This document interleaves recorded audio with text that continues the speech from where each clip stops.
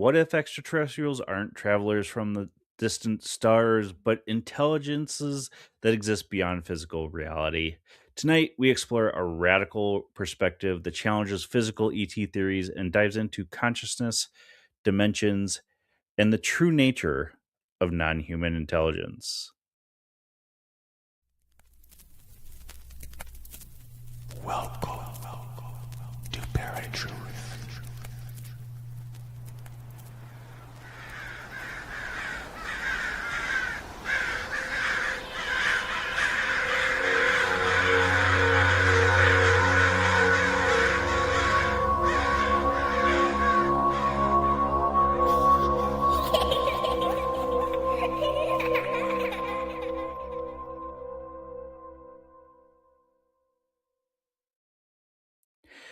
What's going on, Paratruthers? Welcome to another episode of ParaTruth Reborn. We are live on 107.7 FM New Orleans, 105.3 FM on the Gulf Coast, and United Public Radio Network.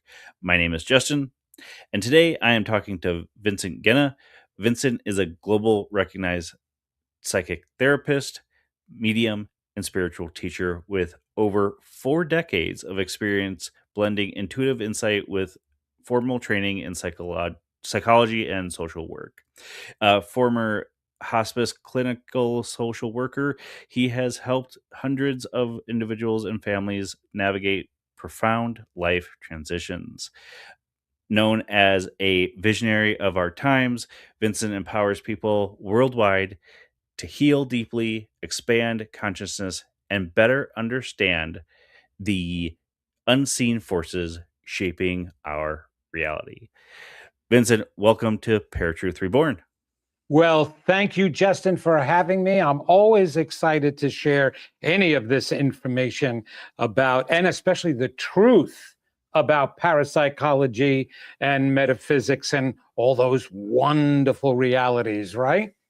Yeah, absolutely. I mean, and myself as well. Otherwise, I wouldn't be doing this show. So, Yeah, and I'm so glad you are. Otherwise, people like me would never be able to get out into the world, our message, right? So thank you for that. yeah, that's fair enough. So, what first led you to exploring this as extraterrestrials being more than just physical beings? Oh, that's an interesting story because the only interest that I had in UAPs and extraterrestrials and anything along this line was from books that I had read. Communion was one of my first ones, and then I loved the movies that were out there. Right, Close Encounters or Cocoon. That was one of my favorites. Right, that was my greatest and deepest interest at that time. But what happened, and in your introduction, you used the word consciousness and the conscious realm. Well, from doing this work as a psychic therapist and a medium, obviously I'm tapping into a higher consciousness and my own as well as other realities. And what happens is as you open up that door, it's like a floodgate, Justin. And when you do the proper healing, internal healing work, that floodgate just opens up wider and wider and wider. I actually call it a channel. And when that channel opens, you are connected to all those higher realms. And then you never know what's going to come in once that happens. Now, when I say that, understand this. Because of the internal and spiritual work that I've done, I am well protected. So I'm not worried about opening up to any of these negative so-called forces that everybody thinks are out there. There's not.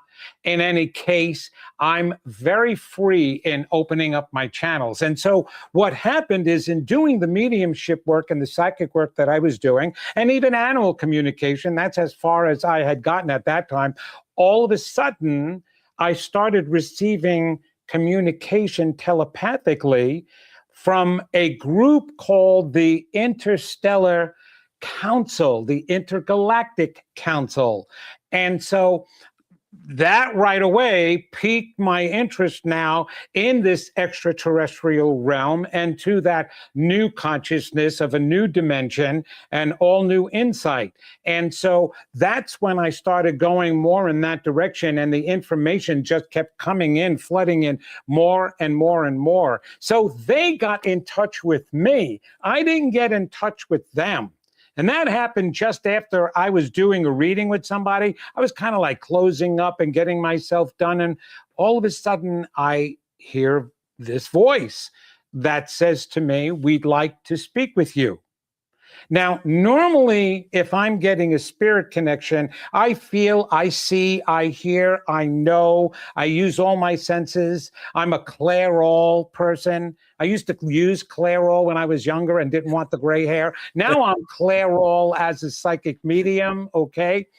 And so normally I would know that that was a deceased loved one or a guide or somebody along those lines, even the angels or anybody else who wanted to talk with me. But this was different.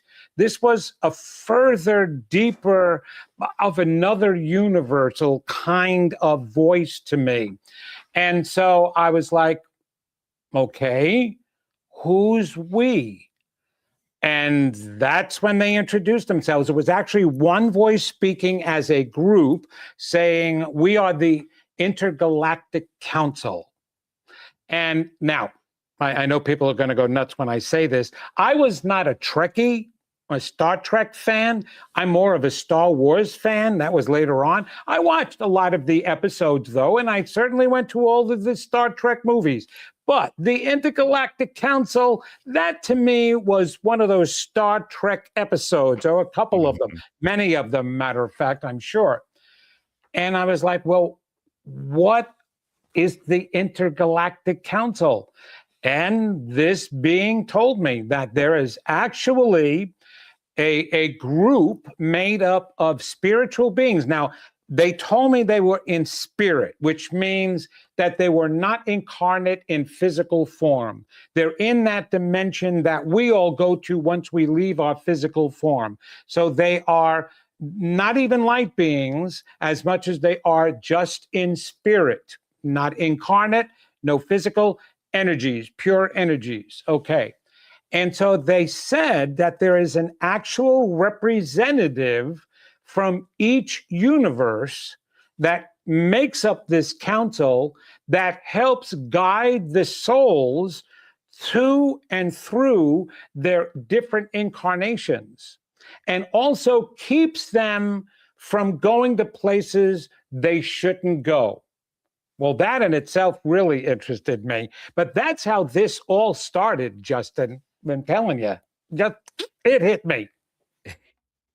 Well, so that fascinates me on multiple levels, but something that happened to me a couple of years ago now. I talked to a friend of mine who is also a medium, and I'm a medium. I'm just not. I've never trained myself enough to actually uh, understand messages, or even like I can't get my brain to understand the difference between my subconscious or my inner voice compared to spirit. But I had these two marks on the webbing of my hand, one on each side, like somebody had ran a needle through the webbing in my hand. And after that had happened, it was while I was sleeping. I woke up, felt like there was somebody in the room, looked around, kind of what you expect during like a haunting or something like that. But this was not like I feel like I'm in danger. It was more so like, okay, there's somebody here, but it doesn't seem like there's anything going on. So I go back to sleep. When I wake up, that those marks are on my hand, and I have no pain in my knees like I usually do. I have no pain in my back like I usually do. And so that goes on for a while where I've got no pain, and then no anxiety. And then after a while it kind of went away where I was having those aches and pains again. My anxiety has still kind of been better, But a friend of mine said, "Hey, look, that was actually beings that are everybody's saying ETs, but the ETs that people think there are, it's actually BS. There's actually these beings that are like what you're mentioning, light beings, and they'll come back again, and they'll mark you again, and this time, it'll be permanent, and you'll be able to talk to them telepathically. And so I've been waiting. I'm like, okay, when is this gonna I know, when is it going to happen? That is amazing. First of all, I don't know if you know anything about trigger points or even whether it be Chinese or different Mhm. cultural aspects to these points. But between these areas here, it's one of the ways of getting rid of a headache. Okay, if you put pressure on them, well, what they did is they did it stronger to you real quick. Well, here's the thing: there are three levels of beings, shall we say, and that's for all of us, including humans, except humans aren't advanced enough to get beyond this being right here, okay, the physical being. But when it comes to extraterrestrials, there are the physical ones, just like us, that incarnate on their planet in their universe in a different dimension. All right, not here in this universe of ours. This Okay. universe here that we see through any telescope at all, the furthest that we can see, is only one universe, ours. And we're the only beings in this universe. It takes an entire universe to keep this planet the way it's supposed to be going in order for us to continue incarnating on it. It was set up that way purposely. And so each universe has its own individual planet, and there's not as many as everybody thinks. Okay. So there's the physical beings who will have their times of living. They also die. The physical body dies. They're now in spirit, which, by the way, is in the same location as we go. All right. In that location there's also levels of dimensions, and there's more advanced souls that are on the higher dimensions, and everybody else is trying to evolve up to those dimensions. Okay. So we all go there. That's the physical. Once they're out of body, they've died. Now they're spiritual, they're spirits. That's who, as a medium, we talk to as spirits on the other side. Hmm. Ghosts are also spirits, but ghosts are those that are trapped in the earthly dimensions, dimension 4, 5, 6, and possibly 7, right here. Heavenly dimensions go on beyond that, okay? So those are spirits, deceased loved ones, ascended masters, the God source, all of those, your higher soul, are all in that spiritual realm. Then there are the light beings. Well, we're all supposed to or capable of transfiguring into a light being. A light being is an advanced individual that's capable of taking this whole body and transfiguring it to the light source that we really are. We're still physical, but now we're a light source. Those orbs, the majority of orbs that people are seeing, Christopher Bledsoe Sr., absolutely becoming one of the most famous people that has the most documented scientifically of bringing in and seeing and connecting with orbs. They're all transfigured light beings. Back in Egypt, they were trying to teach that. The whole point of the pyramid and the sarcophagus inside the pyramid. The esophagus is something else. I was talking to somebody about that recently. That's over here, right? That actually creates a high energy and is meant to help people transfigure into light beings. Well, it's really interesting because in Jesus's journey, it shows in the Urantia and other writings that he traveled to Egypt. Well, what did he go to Egypt for? He wanted to see the Sphinx and the pyramids before he was crucified? No, he was learning transfiguration. Why? because he was going to use it 3 days after he was murdered, okay, and killed. That's what Jesus did. He transfigured into a light being, okay? So we're capable of doing that. So then these ETs can come down in orb form without spaceships. They're very advanced. They advanced to that. And in our generation, Justin, they advanced to that because before that, they were still traveling here in ships. That's how they got here. Okay. But now all of a sudden, you see them more in this light form, in this orb form. Well, they can just turn themselves right back into physical beings while they are here, and then go back into light beings, go through their dimensions, and get back home in a flash. All right. So that's, chances are, what you experienced is one of those extraterrestrials who came here as an orb, a light being, a transfigured light being, came to help you and heal you, and then left, and was wanting to give you a taste of that for several reasons. Like, why do they choose some people over others? Well, I have to understand why they're coming here to start with. First and foremost, and only to help us. They are all benevolent, not malevolent. There isn't a malevolent ET around. Albert Einstein knew that. He said that in order for any being to escape their universe, they would have to have command of spiritual principles. So if you have command of spiritual principles, you're not going to be harming anyone. You're only going to be loving and helping them. As a matter of fact, what's very interesting, and recently, and I'm talking just the past few years, if anybody has heard the story of Jake Barber, if you don't know the interview of Jake Barber, look him up on YouTube because he's there, where he interviewed his job. He worked for the government contractually in collecting downed UFOs or UAPs, which is what they're calling them now. In other words, for the government, wherever there was a sighting of a spacecraft that crashed, his job was to go and collect it. Well, on his journey to collect one, he got close enough to it that all of a sudden he felt like he linked up with another being.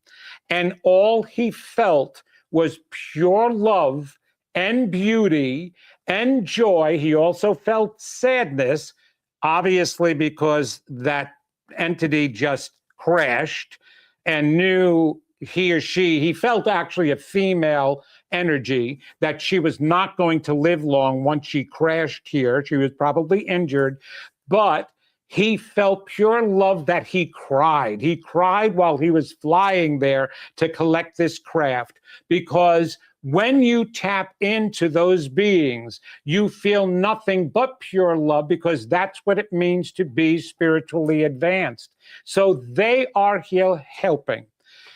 Way back when, 11,000 years ago, they helped us. Now, this is on record from scientists.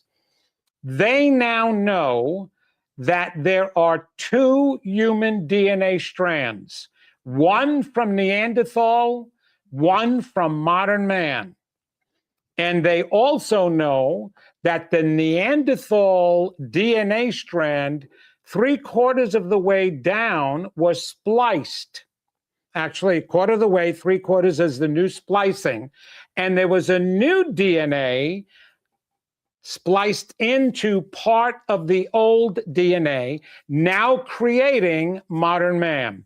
And history, and if you really read deep into it, you will learn that modern man appeared on Earth just about over 11,000 years ago, spontaneously. So it didn't evolve. We didn't come from apes. That's where the Neanderthals stopped. And the reason why they did this splicing is to hasten our evolvement. They knew we were going to be taking a really long time to go from Neanderthal to modern man if they didn't help us. So we are mostly hybrids, if you want to say it that way, okay? Then after that point, as humans, we started creating such diseases and viruses and bacterias that were attacking our bodies quicker than the body was able to evolve to heal it. This body can heal almost anything. I mean, you think about it, the viruses that we get that are floating out there on a daily basis, the immune system is incredible, right? What makes that all work? Well, there's viruses been in the air since the beginning of time. Everything was created from microscopic, amoeba all the way up to the biggest animal, right? That was all here on this planet. So they needed to help us evolve quicker so the body would not be completely destroyed. So they started abducting some people. Yes, most of the time they abducted those non-important beings. They weren't famous people. It's amazing how no superstars were ever actually abducted, right? They left them alone. It was always some people in some far off place that were abducted. Why? Because they were testing the genes, the DNA, trying to modify the genes to help us. Recently, there's a whole story about Skinwalker Ranch, right? Where the cows were mutilated. Well, they weren't mutilated. They were dissected. As a matter of fact, the scientists have even stated that when they looked at the cows that were killed and were missing parts, that it looked like they were scalpeled. And a scalpel was used to cleanly cut portions of the cattle. Why were they doing that?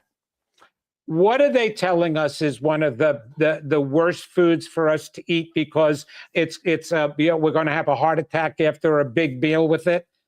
Red meat. Why? Why all of a sudden we can't eat red meat? We've been able to eat meat since the beginning of our existence. We started with grains and berries, and then as soon as we learned animal husbandry, we started eating meat more because it tasted really good. We were getting the nutrition we needed. We have the taste buds for it. Now all of a sudden it's killing us. Well, they're not about ready to hoist up a cow on their spaceship, so they'll take pieces of it.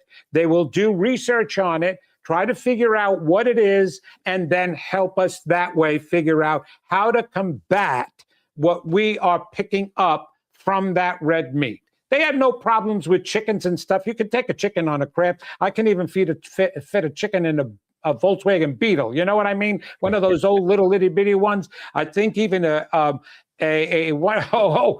mini car. Yeah, you can fit a chicken in there. But those spaceship boats are even bigger than that. Well, in any case, they got all of that to help us. Now, why come to a person like you and help heal you and not other people? Because you're going to put out the experience in a positive way. When I ask them, why are you coming to me and feeding me this information? They said, we know that you respect us. And because you are a speaker and a public figure, you're going to put out the positive version and understanding of who we are. And so that's what needs to be done now. The public needs to be educated. But those are the three levels. I know that was one question. And of course, I tell a whole story to answer one question. But those are the three levels: physical, spiritual, and then transfigured light beings. That's who we can be too. We're supposed to learn that we can do that. Okay. Now, something that has been going around the paranormal communities and even some mainstream is Three Eye Atlas. Oh my God, I knew you were going to ask that. Not even being a psychic, I knew you were going to ask that. But what is it, or what has been communicated to you? What Three Eye Atlas is?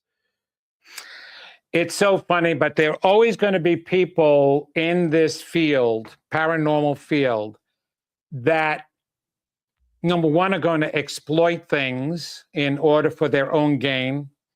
Number two, are going to exaggerate.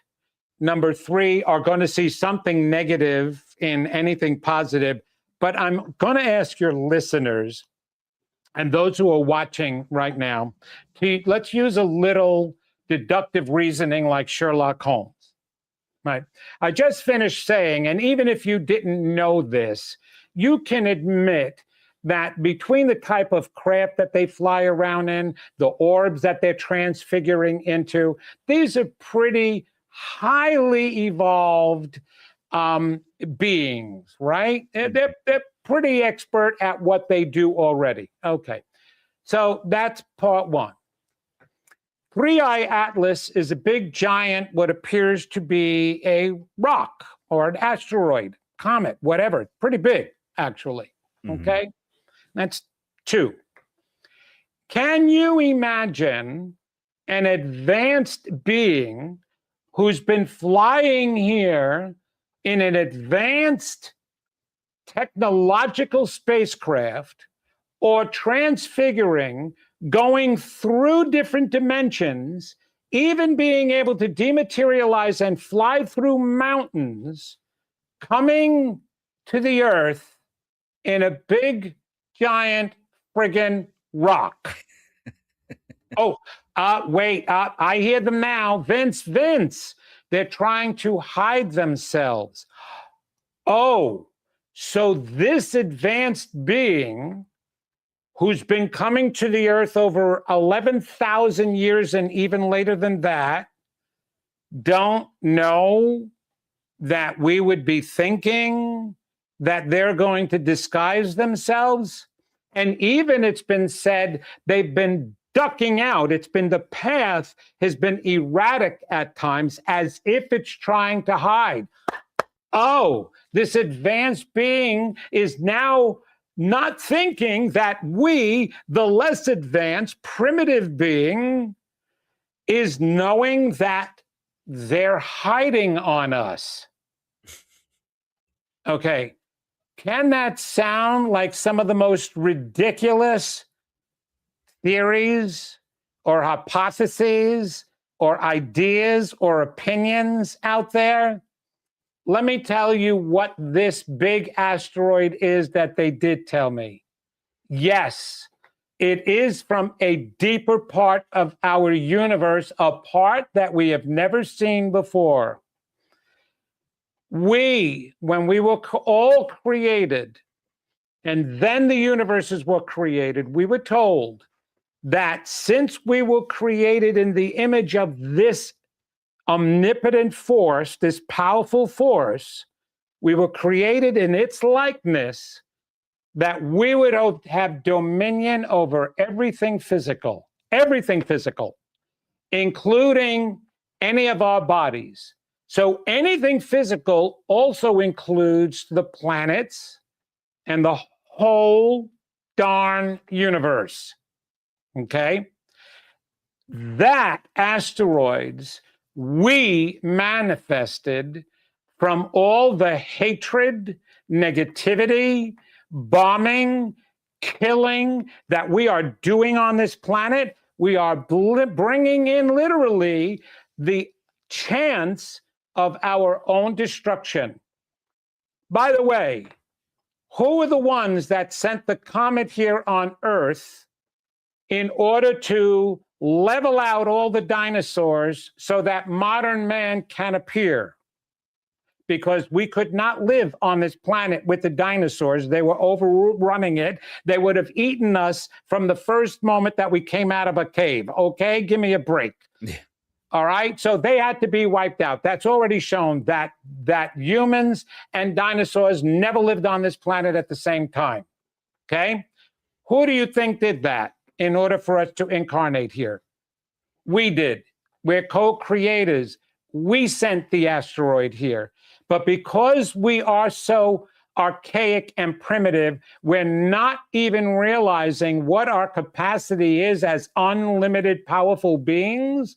And we are now drawing and creating our own possible destruction. Because quite honestly, if 3I Atlas hits any of the planets, the repercussion to this Earth would throw us right out of our evolution and away from the sun, and wherever we're done for.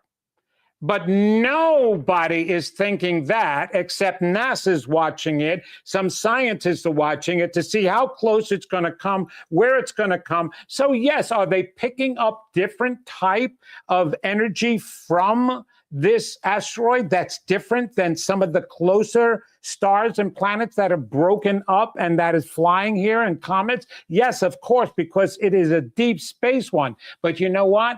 We're in deep trouble, and we've been that way for a while. And it's year after year after year. It's not just time period after time period that we have a crisis. It used to be that we had a crisis, 10, 20, 30 years would go by before the next crisis. We'd get our stuff together, we'd pull up our pants and get everything built, and maybe we learned some things. No, it's not. It's crisis after crisis after crisis. And we think just because there's this, that we are technologically advanced, or this. Now, like Dick Tracy, we can talk to our watches, right? We think we're technologically advanced, but we're in trouble because we're using that as a barometer to our individual advancement. And we are not advanced. And that's what they tell me all the time, is that the reason why we did not advance as fast as them, simple, and you talked again, the consciousness of life, okay? When they incarnated in their universes, they focused on their spiritual growth because that's where they knew their true power laid, all right? When we incarnated here, we focused on our physical growth. That's why we got into materialism and money and power. And because of that, we became less and less advanced, and they became more and more advanced. So to them, this object is nothing. They can actually steer their spacecraft by becoming one with it telepathically. That's why you always see them with the big heads, the majority of them, the grays, the tall ones, all that big heads, big eyes, little mouths. They've evolved enough to know how to use this gift that we created in order to live in this physical world. They are great receivers of a higher consciousness. And right now I'm teaching more about that, not just tapping in to teach you how to become a psychic or to teach you how to become a medium, but I want to open you up to all the consciousness levels, including them and what they're feeding into our world now in order to help and save us. I forgot what your question was. I hope that answered it. No, it was, yeah, just what 3I Atlas is. There we go, 3I Atlas, yeah. So, well, here's a good question for that then. You know, we're all, I should say not all, a good majority of people are practicing different religions. And I know that's different than spirituality or spiritualism. Now, even those people that are practicing religion are not a good spiritual, at least, sense. So what, from their perspective, what is becoming spiritual or being aligned with your spiritual self? What does that look like? That's a great question. First of all, spirituality, let's define what it is. It is your understanding of who you are as a being, your relationship to others, and your relationship to this earth, and your relationship to a higher force. That's what spiritual concepts incorporate, all of that understanding. Religion was humans' way, and it was actually man's way, literally man, interpretation of how to practice and teach those spiritual concepts.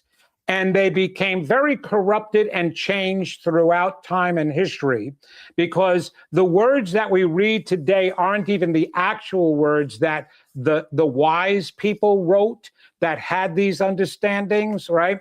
And so it's been translated through time, and it's gotten very warped and so very diluted.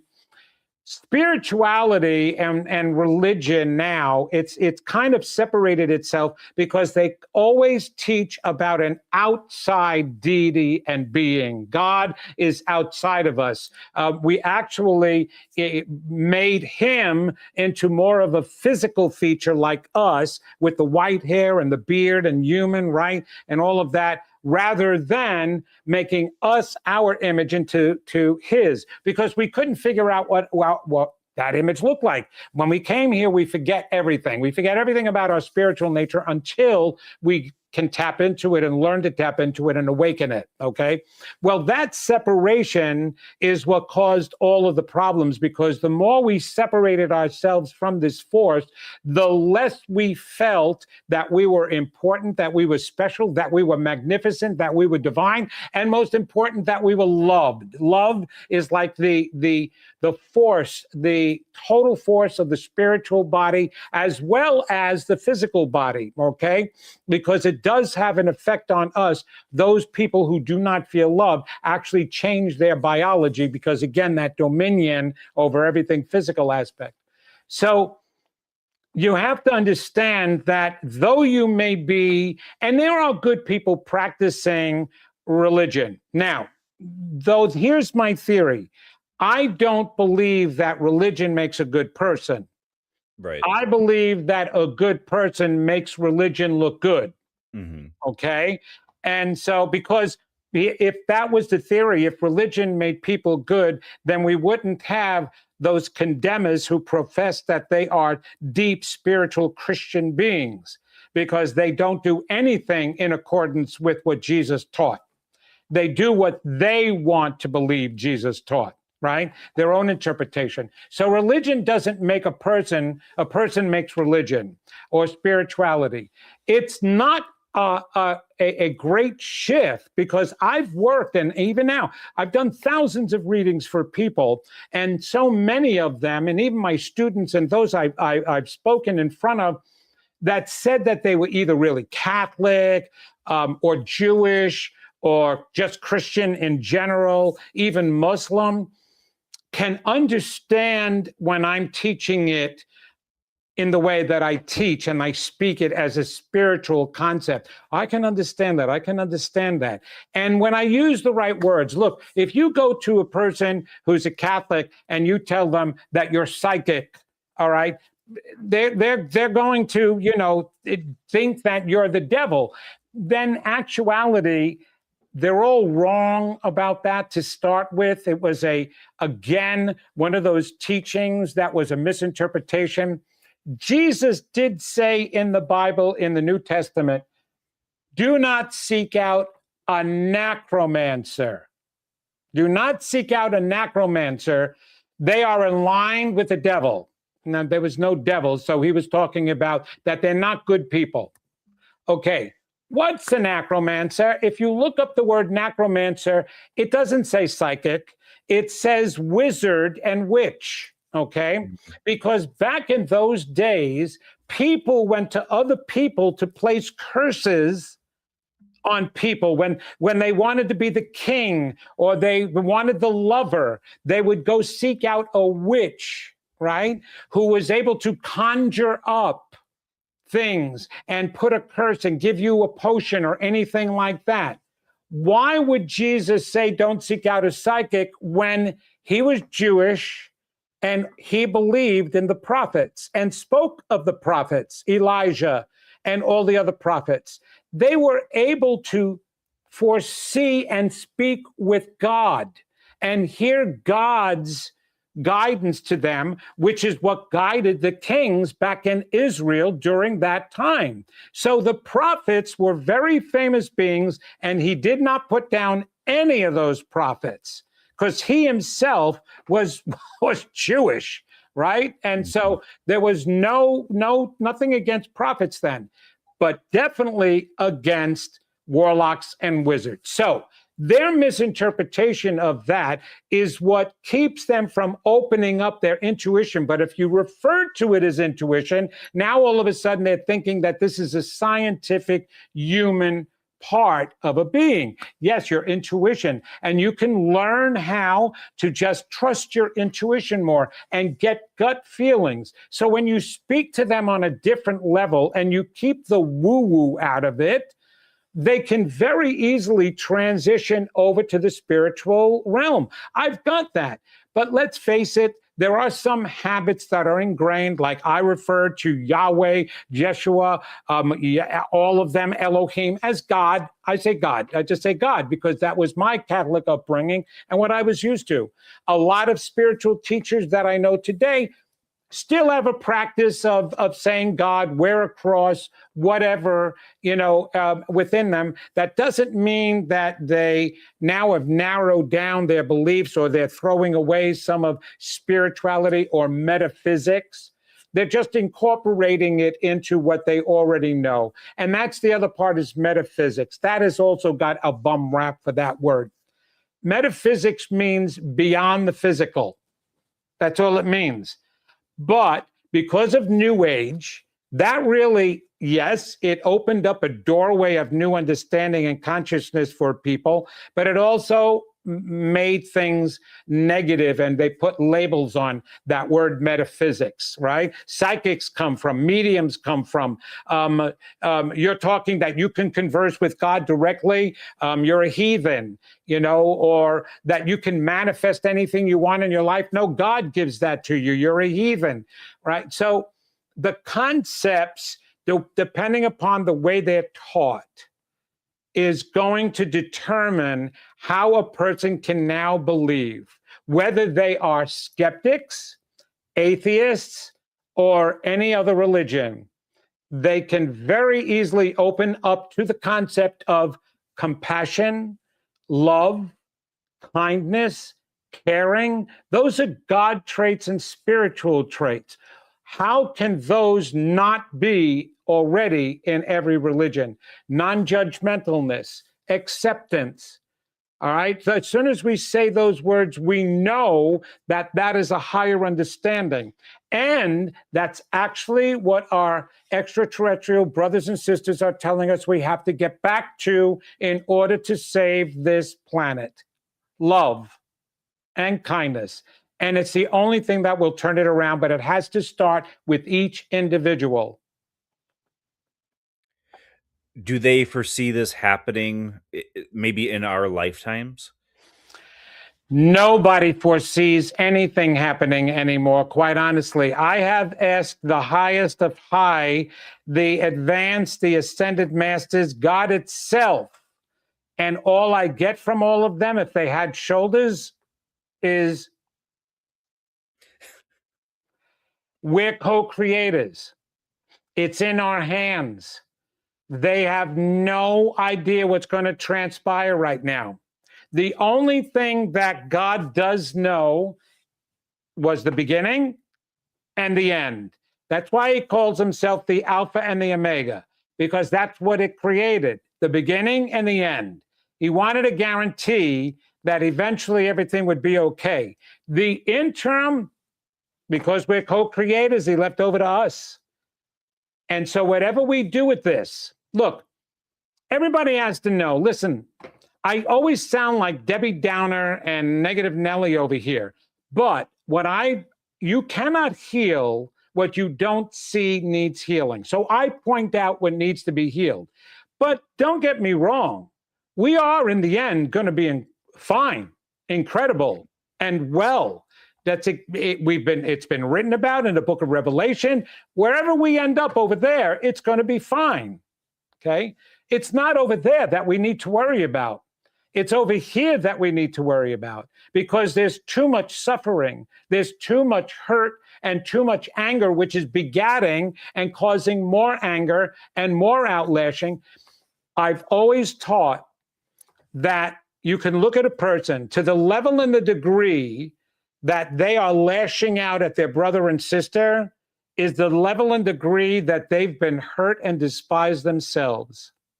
Because you can never externalize what you don't feel about yourself internally. That's why I always teach self-healing to grow anything, to grow consciously, to grow that awareness and a higher awareness. You must heal yourself from those pains. They've been passed down from generation to generation. Just because two adults wind up expecting a child doesn't heal them automatically, so they no longer damage the child that they're going to be raising. They're going to pass down whatever issues they have. That was actually my advice when I was a psychotherapist and practicing couples therapy. And the two would come in and ask, we want to have a family. What advice do you give us to be good parents? And I would tell them, take care of your own crap. I promise you, it'll get passed down some way or another if you harbor it within you. But if you heal yourselves, you will connect to that higher understanding automatically. And from that point on, you will be teaching your children how magnificent that they really are and how to connect to their higher selves so that they could create the life of their dreams and help heal this world. It's always about the self. So when you look at those people, don't despise them and hate them. Yes, we have to try to stand in the positive and feed into the positive energy pool, right? You don't want to feed into the negative energy pool by hating them. And the only way to stop that hate is to have compassion. And if you look at them and have compassion towards the worst person, okay, Hitler was sexually molested by his father and his mother until he was 13 years old. Osama bin Laden was sibling 51. You don't think that they had a lot of pain and hurt? Hitler was never trying to conquer the world. He was trying to conquer himself. He only used the world as a means that he thought that if he did that, it was going to make things better on the inside. Never did, obviously, right? Same with Osama bin Laden. To the extent and the extreme that people lash out at their brother and sister is the extent and the extreme that they despise themselves. It's the story of Cain and Abel. Why did Cain kill Abel? He didn't feel connected to Adam and Eve, to mom and dad. He looked at his brother and he thought that mom and dad loved him more. So because of Cain's belief he was disconnected, he felt abandoned, he felt neglected, and that turned into resentment, which turned into anger and rage. And when he looked at his brother, who felt joyous and loved and lovable, he began to despise that because he was jealous of that. And so he killed Abel. Well, that story was written to tell us what we're capable of. When you're detached from that higher self, you feel abandoned, you feel alone, you feel nobody cares about you, you feel unlovable, and that turns into anger, which turns into rage. And so that's what you see in the world today. It has nothing to do with power. Power is translated into, well, I must be somebody of worth if I have power. But in order to be going after just power means you feel unworthy. That's what a narcissist is, by the way.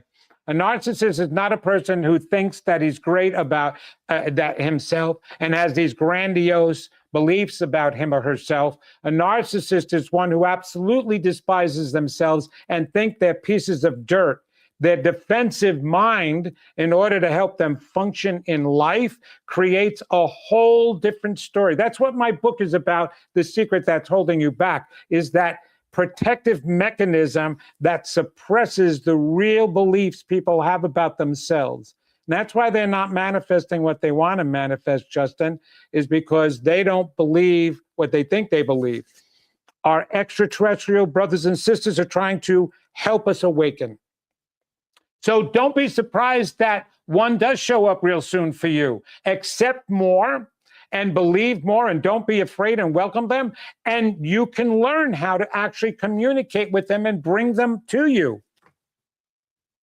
Well, I've been working really hard this past year even to just open myself up more and start reaching out, because even though I may not think I'm hearing them, I know that I am, not just being my spirit guides, all of that stuff. Um, so what is like the one message that these beings would want our watchers and listeners to hear? It's one of the most trite sayings, messages that you will ever hear, but one of the most important ones. Before you can believe in anything else, you must believe in yourself. Believe in and love yourself. That's the starting point. And you need to do the work that helps you get to that point. My message and my ways of doing it are very simple principles, but they're very difficult practices because they're so ingrained. We're so ingrained with the I'm not good enough, I'm not deserving enough, I'm not worthy enough, I'm not lovable enough, I'm not likable enough, any of those I'm nots, right? And all they say is it starts with self-belief and self-love. That is the principle of all spiritual aspects. You cannot even know the God force until you know yourself first. That's why you can't just practice it outside of yourself. You have to practice it within yourself. That's their greatest message. The second part of that greatest message is when you do that, you will automatically extend that understanding out onto your neighbor. As a matter of fact, their message is exactly the same as Jesus's message was on the night of the Last Supper and his last day when he was arrested. He said, my two highest commandments are love God with all your heart and all your might, and love your neighbor as you love yourself. Well, those words were actually changed and alterated because he spoke in Aramaic language, and it's almost impossible for us to get a true translation. But what he really was saying is love the God you are and connected to with all your heart and your might. And as you love yourself, you will then love your neighbor. And that's the message that we need to understand to get anything done here and healing here. Because when you've got two or more people gathered in that understanding, in that light, in that name, there's where power will be. And you can see that at any event that you go to. You can maybe on your end, while you're doing this, you're putting this out there to your watchers, your viewers, and your listeners, right? And hopefully you can even feel part of their energy in watching this program, and hopefully they can feel each other's. But man, when you gather at a live event and you've got an auditorium filled with these people and you're sharing these messages, they are automatically heightened and they're automatically wanting to share that with each other. Isn't it true that when you are by yourself and you happen to see a really good movie, what do? You can't wait to share it with somebody. Oh, man, you call up your friend, maybe a family member. You got to see this movie. It is incredible. And you know what? When you go to see it, let me know. I want to watch it again, but I want to come with you. Why do we do that? Because not only can we experience our own joy, all right, we can experience somebody else's too. And so we want to be there and share in their experience of that incredible movie. So if we do that on that level, could you imagine what we do on a higher level? I've been at too many events, and I'm sure you have too, Justin, where I've seen that. People exchanging phone numbers, becoming great friends just from one weekend, a positive weekend from one of these positive summits and conferences. That is absolutely amazing. And that's what we need to keep going.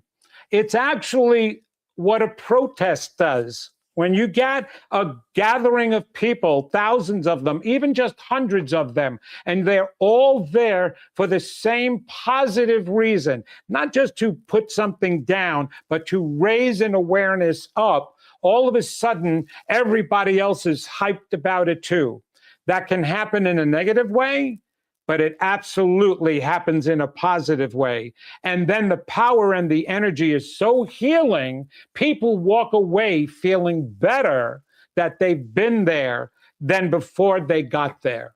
So that's the message that they want to share with everybody is heal and love yourself because we are magnificent, we are divine.